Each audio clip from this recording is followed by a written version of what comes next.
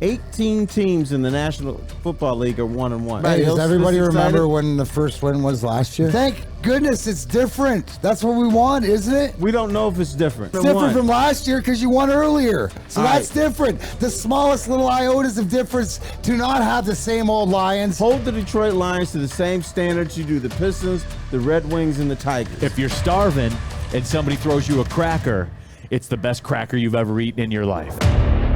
But yeah, Detroit Lions, Minnesota Vikings. Hey, it gets real, guys. The season gets real. And it's amazing the power of one win. One win has changed the entire complexion. And Terry, you had a critical question that you sent a couple minutes before the show. Ask the people the question. All right, here's my take on this. Are we overreacting to the Lions being 1-1? I mean, I hear things like they've arrived, they've turned the corner, here they come, they're about to roll. But I was looking at the standings. 18 teams in the National Football League are 1-1. So, hello, guys. I mean, does everybody remember when the first win was last year? It was November. It was December, bro. I know, but you don't overreact. Have a franchise. I don't think it's overreacting. I think it's just the fact is that you did what you needed to do. And I go back to most people that had this team with 7, 8, or 9 wins had them at least at 1-1 after the first 2 weeks. 2-2 after week 4, right? This is just like more of a bonus game. Every game means something. I'm not happy that Minnesota got decimated on national TV and Dalvin Cook didn't get to touch the ball because I think that we're going to get a whole dose of him, but we'll talk about that when we get to the game. But I just think to enjoy where we're at because it's different and we've earned it. And like Dan Campbell said, is that, hey, it's nice to get the first win off the books this early. December last year, Terry. Can we just take this small victory? Are we to celebrate a franchise has been so pathetic? Yeah, small that they victory. Win their first game in December, and then because it's different. Thank goodness it's different. That's what we want, isn't it? We don't know if it's different.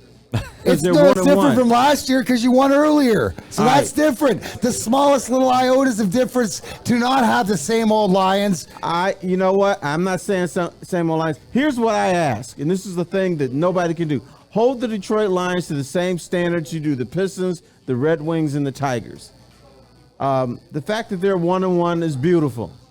But I just think this town is just overreacted. Like, oh, damn, here we are, man. This team is good. Well, in our Woodward Sports chat thread, I think they say it very well, T. Foss. It's Ludicorp says it's not that we're 1-1.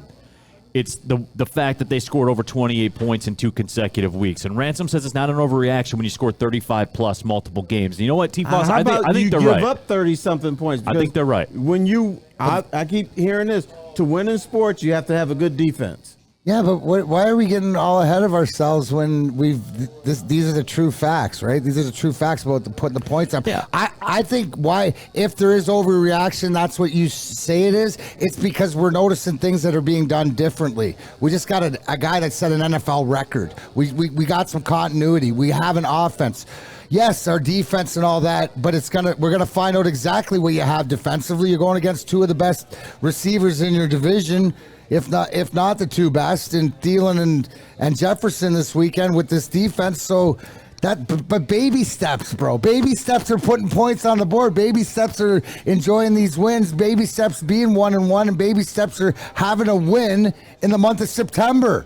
T-Foss, normally I'd be with still you. Warm. Right? Normally I'd be with you, right? The analytical, let's look at the big picture. Let's see how it all plays out.